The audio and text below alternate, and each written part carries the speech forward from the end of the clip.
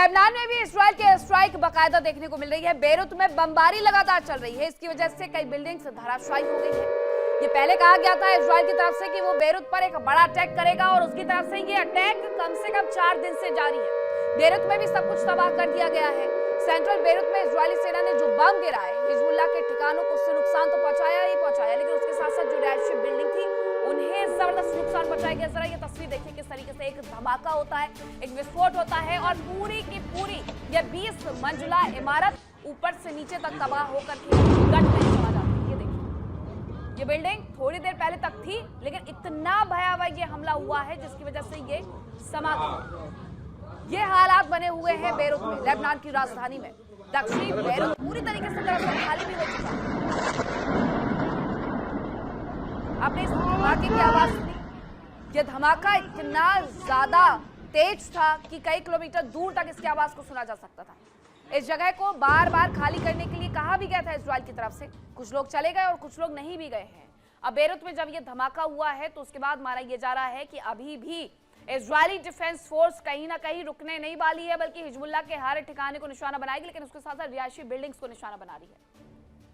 एक बार ये तस्वीरें जरा हम आपको फुल स्क्रीन दिखा भी देते हैं और इसके साथ आपको इसकी आवाज भी सुनवाते हैं कि जब ये धमाका हुआ है तो इसकी वजह से कितना नुकसान हुआ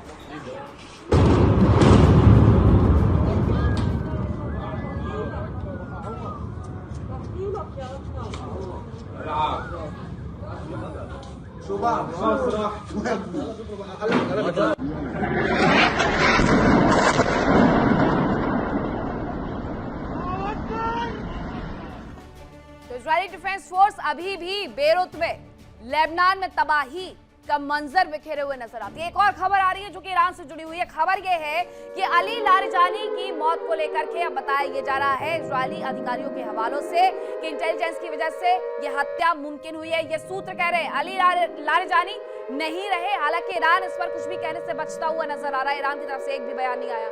अमेरिका और इजराइल बार बार ये कह रहे हैं कि अली लारिजानी मारे गए हैं। अब इजरायली अधिकारी के हवाले से सूत्रों से यह जानकारी है कि इंटेलिजेंस की वजह से यह हत्या मुमकिन हुई है। सार्वजनिक रूप से सामने आने के कारण उनकी पहचान हुई थी और 2 दिन पहले ही वो तेहरान की सड़कों पर नजर आ रहे थे और वही ये वक्त था जब सार्वजनिक रूप से वो सामने आए, जिसकी वजह से उनकी पहचान हुई और उसके बाद इंटेलिजेंस की वजह से उनकी हत्या को मुमकिन किया जा सका है। अली लारिजानी सड़कों पर उतर करके विरोध प्रदर्शन में शामिल हुए थे। उनके साथ अब्बास अरागची भी मौजूद थे। अली लारिजानी ने उस वक्त मीडिया से बातचीत भी की थी। मीडिया से बातचीत करते हुए उन्होंने कहा था कि हमने अमेरिका को उसकी सही जगह दिखा दी है।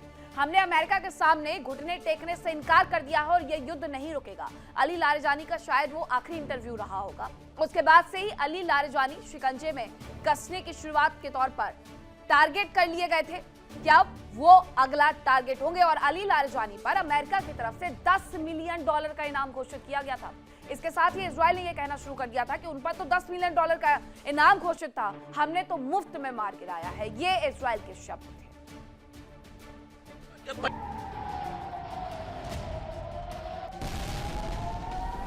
अमेरिका और इजराइल ने ईरान में जबरदस्त तबाही मचाई। ईरान पर हजारों बॉम्ब और मिसाइल गिराए गए हैं। हालात ऐसे हैं कि ईरान का शायद ही कोई ऐसा हिस्सा बचा हो जहां बारूद की गंध ना पहुंची हो।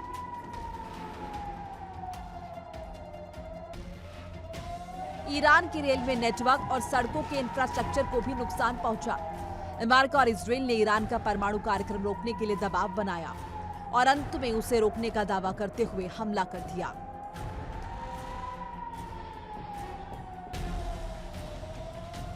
अमेरिका और इजराइल के हमलों में ईरान के सैन्य दफ्तर, सैन्य ठिकाने, मिसाइल लॉन्चर्स, ड्रोन लॉन्चर्स, जहाज, एयरक्राफ्ट, परमाणु साइट्स समेत काफी सामान तबाह हो चुका है।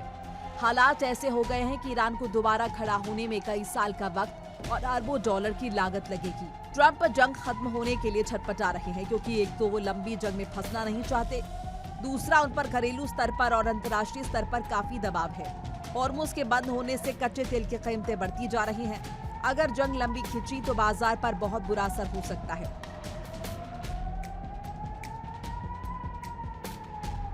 इस बीच जंग खत्म करने के लिए ईरान के नए सुप्रीम लीडर मुज्तबा खामनेई ने बड़ा आदेश दिया।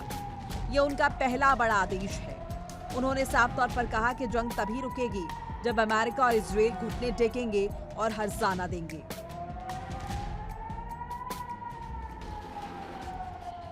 ईरान के नए सुप्रीम लीडर मुज्तबा खामनेई ने साफ कर दिया है कि अभी शांति की कोई संभावना नहीं। एक सीनियर ईरानी अधिकारी के मुताबिक उन्होंने युद्ध विराम से जुड़े सभी विकल्पों पर विचार कर लिया है। उन्होंने युद्ध विराम से जुड़े सभी प्रस्तावों को ठुकरा दिया है जो दूसरे देशों के जरिए ईरान तक भेजे गए थे।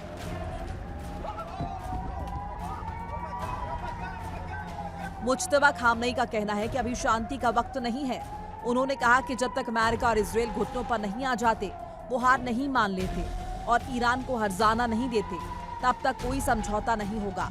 मुज्तबा खामनेई ने अपनी पहली विदेश नीति बैठक में बहुत सख्त रुख अपनाया और अमेरिका इजराइल से बदला लेने की बात कही। हालांकि साफ नहीं है कि वो इस बैठक में खुद मौजूद थे या ऑनलाइन जुड़े थे।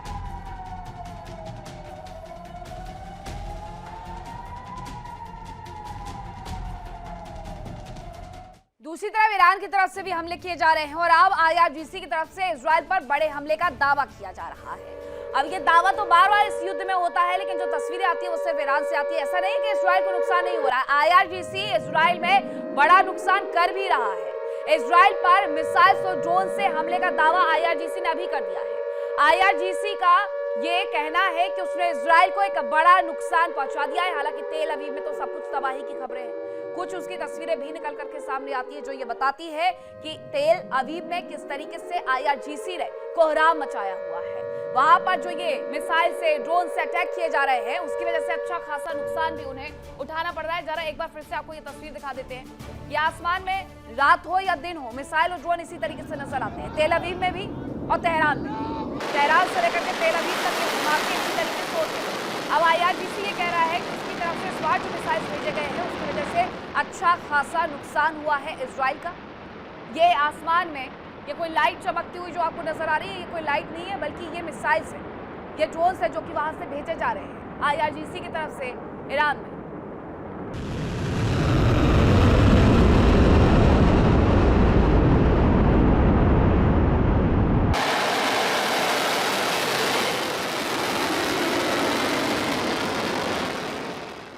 अब एक और बड़ी खबर आपको बताते हैं जो कि ईरान से जुड़ी हुई है। लारिजानी की मौत से ईरानी सेना गुस्से में नजर आ रही है। ईरानी सेना गुस्से में है। अब वो ये मान तो नहीं रही है कि अली लारिजानी नहीं रहे, लेकिन उनकी मौत से गुस्सा साफ तौर पर देखा जा रहा है सेना के अंदर। ईरानी गार्ड्स IRGC इजराइल में भीषण हमले कर रहा है, तबाही ला रहा है और इजराइल के करीब 100 ठिकानों पर हमले का दावा किया गया। इसके साथ साथ बहरीन, कतार, सऊदी, UAE पर भी हमले का प्रयास किया जा रहा है। हालांकि अब हर देश अपनी सुरक्षा के लिए बेहतर करने की कोशिश कर रहा है और उसकी तरफ से इंटरसेप्टर्स भी लगाए जा रहे हैं ताकि उन्हें नुकसान अब कम से कम हो सके। तो ये दो खबरें हैं। एक तरफ इजराइल में भीषण धमाके हुए हैं, IRGC का कहना है कि उसने बड़ा नुकसान कर दिया है। दूसरी तरफ IRGC में बेहद नाराजगी देखी जा रही है अली लारिजानी के जाने से, जिसकी वजह से इजराइल के करीब 100 ठिकानों पर उसने हमले का दावा कर दिया। बहरीन, कतर, सऊदी, UAE पर भी हमले का प्रयास उसकी तरफ से किया गया है। अब IRGC की तरफ से यह प्रयास किया जा रहा है और जो वहां के राष्ट्रपति यानी मसूद पेजेश्कियन वो ये कहते हैं कि हम हमारे पड़ोसी देशों पर हमले नहीं करेंगे। खटपट जरूर नजर आती है, लेकिन हमले अभी भी वहां पर चल रहे हैं।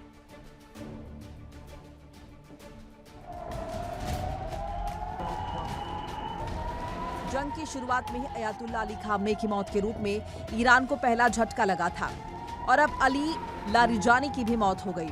इसे ईरान को दूसरा सबसे बड़ा झटका माना जा रहा है। ईरान के सुरक्षा प्रमुख अली लारिजानी की इजराइल के हमले में मौत हो गई। अयातुल्ला अली खामनेई के करीबी सलाहकार रहे लारिजानी देश के बलों के ऑपरेशन संबंधी फैसलों में अहम भूमिका निभाते थे। बताया जा रहा है कि अयातुल्ला अली खामनेई को पता था कि अमेरिका और इजराइल उन्हें निशाना जरूर बनाएंगे, लिहाजा उन्होंने अपनी पावर्स अली लारिजानी को सौंप दी थी।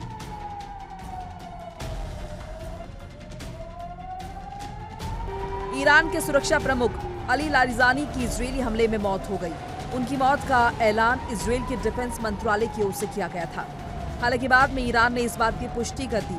जानकारी के मुताबिक 67 साल के लारिजानी तेहरान के बाहरी इलाके में अपनी बेटी से मिलने आए थे। इसी दौरान उनकी हत्या कर दी गई।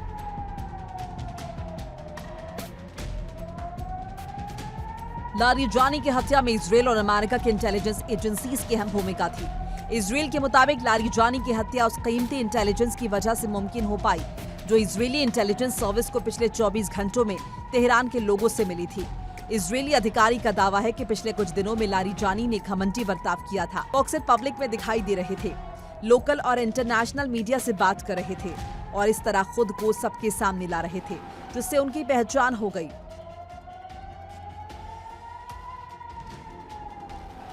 लारिजानी सुप्रीम लीडर के बाद नंबर 2 थे, क्योंकि देश के बलों ऑपरेशन के फैसलों में उनकी अहम भूमिका थी। माना जा रहा था कि लारिजानी IRGC और ईरान सेना के जवाबी हमलों की कमान संभाले हुए थे।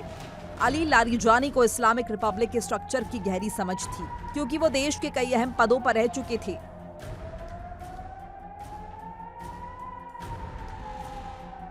अली लारिजानी का जन्म 3 जून 1958 को इराक के नजफ शहर में हुआ था। उनका परिवार मूल रूप से ईरान के आमोल स्थित लारिजान क्षेत्र का रहने वाला था। साल 1961 में वो अपने परिवार के साथ ईरान लौट आए, जहां उन्होंने अपनी शिक्षा पूरी की।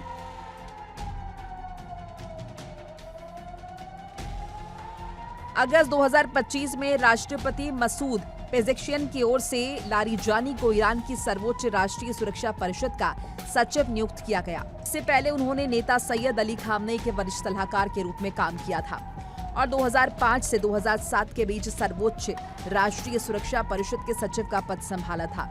लारिजानी ने 2008 से 2020 तक लगातार 3 कार्यकालों के लिए ईरानी संसद के अध्यक्ष के रूप में भी काम किया।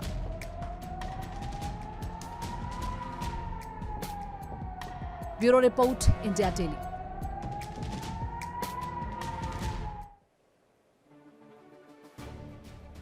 देखिए इंडिया डेली 24/7 अब आपके स्मार्ट टीवी पर।